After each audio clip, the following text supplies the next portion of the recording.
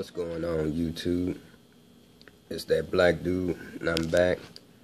This time we're gonna do a little talking here about this State of the Union address given by the President of the United States, Donald J.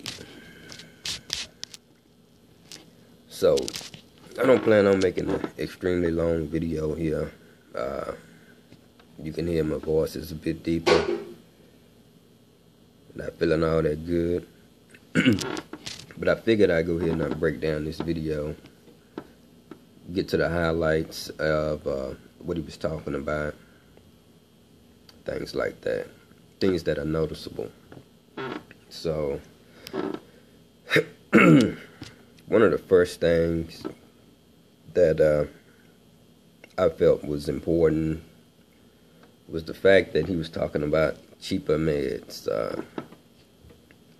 He was saying that the price of medicines was going to go down, and didn't explain why they was going to go down.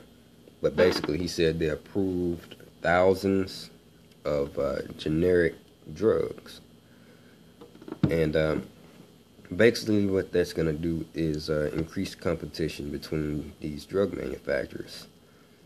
As it is right now, these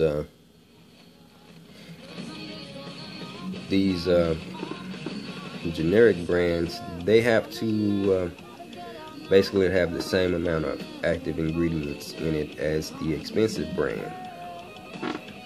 So basically, let's just say you get pill X here and you get pill A, which is the generic. Pill A needs to be formulated exactly the same as the expensive brand. Another thing we talked about was people who are terminally ill,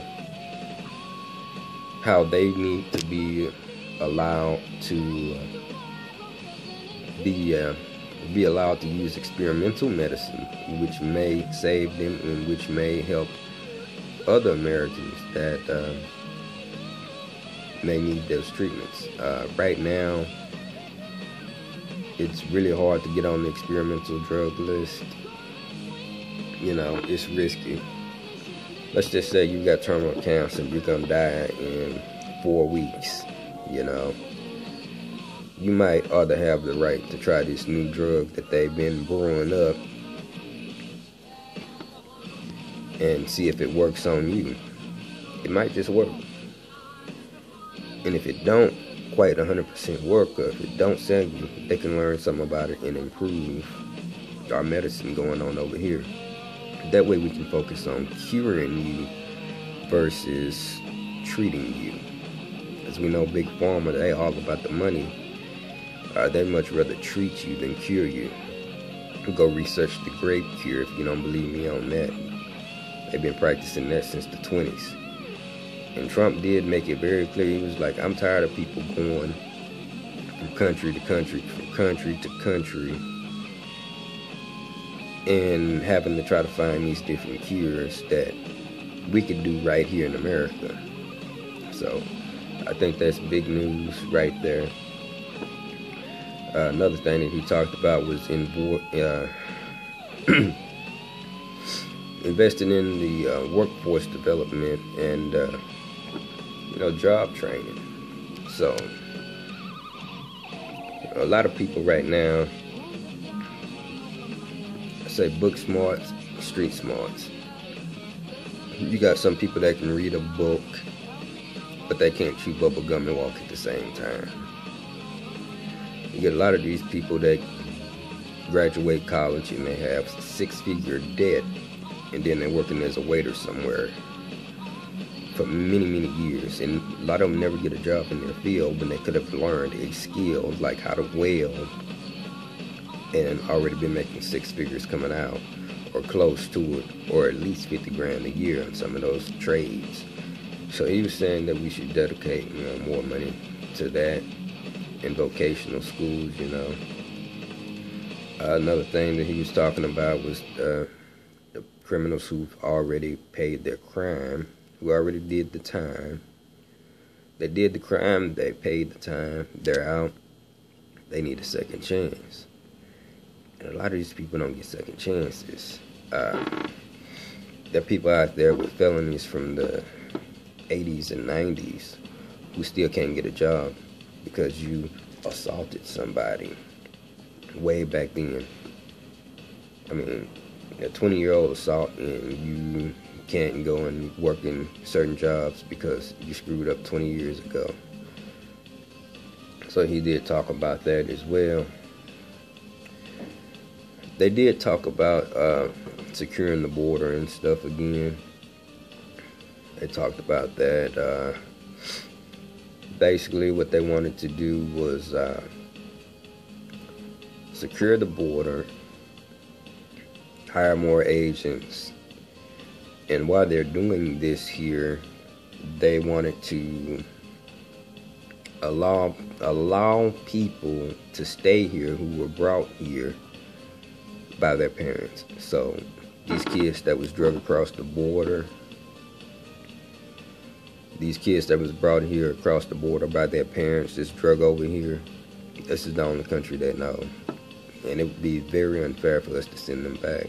And it was, what I believe it was 1.8 million people, as far as the dreamers go, that were going to end up staying. So quite a few people.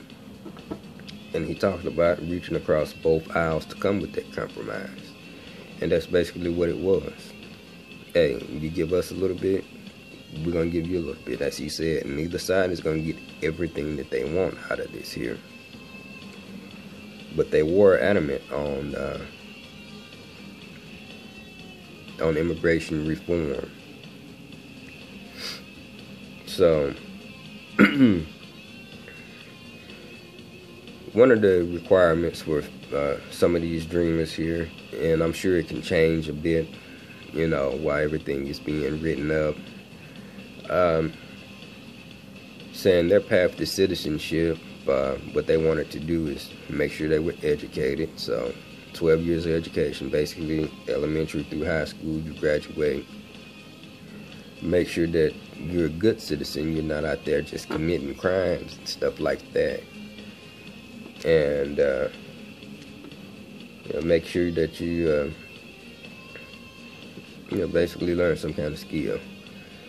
Again, he stressed, you know, what immigration is all about, getting the best and the brightest. Now, you stuck over here, you need to love the country, because this is your country, basically, is what he was saying. You're one of us, but this is what you need to do. You need to go through school and graduate, learn a little something, and go to work.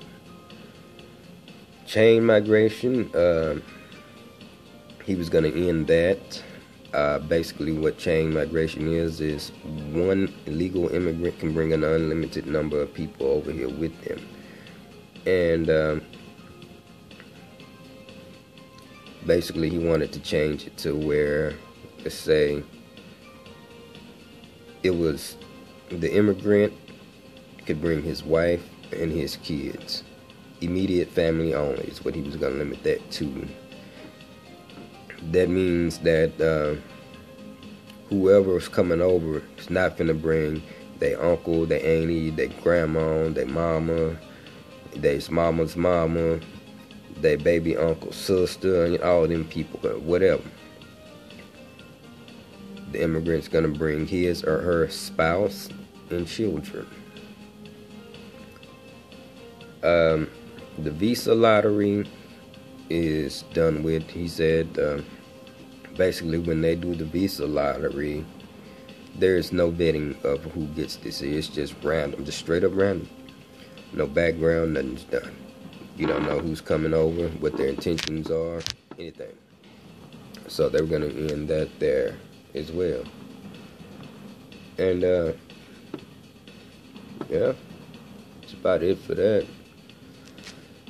He did touch on the nuclear weapons. You know, he's a big military guy. Excuse me here. He's a big military guy, and he did touch on the nuclear weapons. He said that he'd like to rebuild the arsenal, get it stronger than it's ever been, and use it as a deterrent. He said, hopefully we never have to use it, but it would be a great deterrent for some little country to come over and start talking junk, like Kim Jong. Under the previous administration, our nuclear arsenal was diminished greatly. Then Hillary sold a bunch of our uranium for making nuclear weapons. So it's wanted to build them up again for that. And he did touch on a few guys that was there from the service, some of these brave guys. The one that stood out the most for me was Sergeant Peck, who had ran into a ISIS building where one of his boys was trapped. The building was body trapped. He found the dude. The dude was all jacked up, and he had to insert like a tube into him and give him like CPR to keep the man's airway open. And the dude did it for like 2 hours while he had got him, transported him to the hospital and the surgery, and they saved the guy's life. And one thing that stuck out about me is that Trump didn't sugarcoat it. He went into details, which could be a little bit uncomfortable for some people, but when you think about these soldiers who's gone over there and risked their lives, that's what they see. Some people saw worse, some didn't see anything. And I think it's important for the American people to get the story without all the sugarcoating, without all the PC stuff built into it, because when you get into details like that and you're starting to think and you're like, you know what, our guys do go through some horrible stuff. And, you know, they've got the cojones to do it, so I salute them. You gotta respect them. He also touched up on Guantanamo Bay, making sure it stays open. Basically, like a kind of a catch and release program was going on, man. We'd have prisoners over there, and then we trade them off, and these would be like some of the top dog ISIS leaders. And you know, basically, we took their word, like, oh, we're not going to do it again. We're not going to do it again. And then we found him back on the battlefield again. He did touch on that. So Guantanamo Bay is open. You know, over there we detain the worst of the worst. They got new rules of engagement. He didn't go exactly what it was all into, the rules of engagement. He didn't go all into all that, which is cool, because he said that we're not going to be telling these other countries our plans anyway. So really no point in going into it, but I do remember our guys was handicapped like a mug, and they'd have to be shot at a certain number of times before they can shoot back. And that stopped us from doing our jobs over there. Another thing here, he touched upon moving Jerusalem. He touched upon moving our embassy to Jerusalem and naming Jerusalem the capital of Israel. And when he did that, you know, a bunch of other countries, they thumbs it down. They talked all kind of noise. Didn't want it done. Talked about how bad America was. And I remember at the time, he was like, let him. He was shrugging his shoulders. He had his arms crossed. Let him. We'll save a lot of money. And so apparently 20 billion, is how much he saved. That foreign aid that we was giving those countries that talked against the United States, they're not getting it anymore. They're not getting it. And so that's 20 billion saved from those countries. Now, he didn't say he was going to stop foreign aid completely, but only the people who like America was going to get that foreign aid. But other than that, good speech. One thing that got on my nerve was all that doggone applauding. Like every other line he said, they want to go ahead and clap, clap, clap, clap, clap. Let the man talk, sit down, be quiet. You know what I'm saying? You don't need to applaud on everything. But like I said, it wasn't going to be a real long video. Just kind of want to give y'all a rundown about what that was about. He didn't touch up on the memo, and they did decide they're going to go ahead and release that. It's up to Trump to sign off on it, which he most likely will, because they've been screwing him from the start, and all of that is in that memo. But they didn't talk about it, and that's a good thing, because it would have took away from the State of the Union address. So, man's doing a good job so far. He's in there doing the best he can to keep his word. Gotta remember, he's an outsider. He's not responsible at all for all the BS that's going on in Washington over the last 30, 40, 50 years. He's an outsider. He's not liked by his party or the opposition party. So, he's got opposition, of course, from the Democrats and the Republicans that he's fighting against. And for him to get as much done he already has, and I've already went through that, and he's went through it, and they talked about it tonight.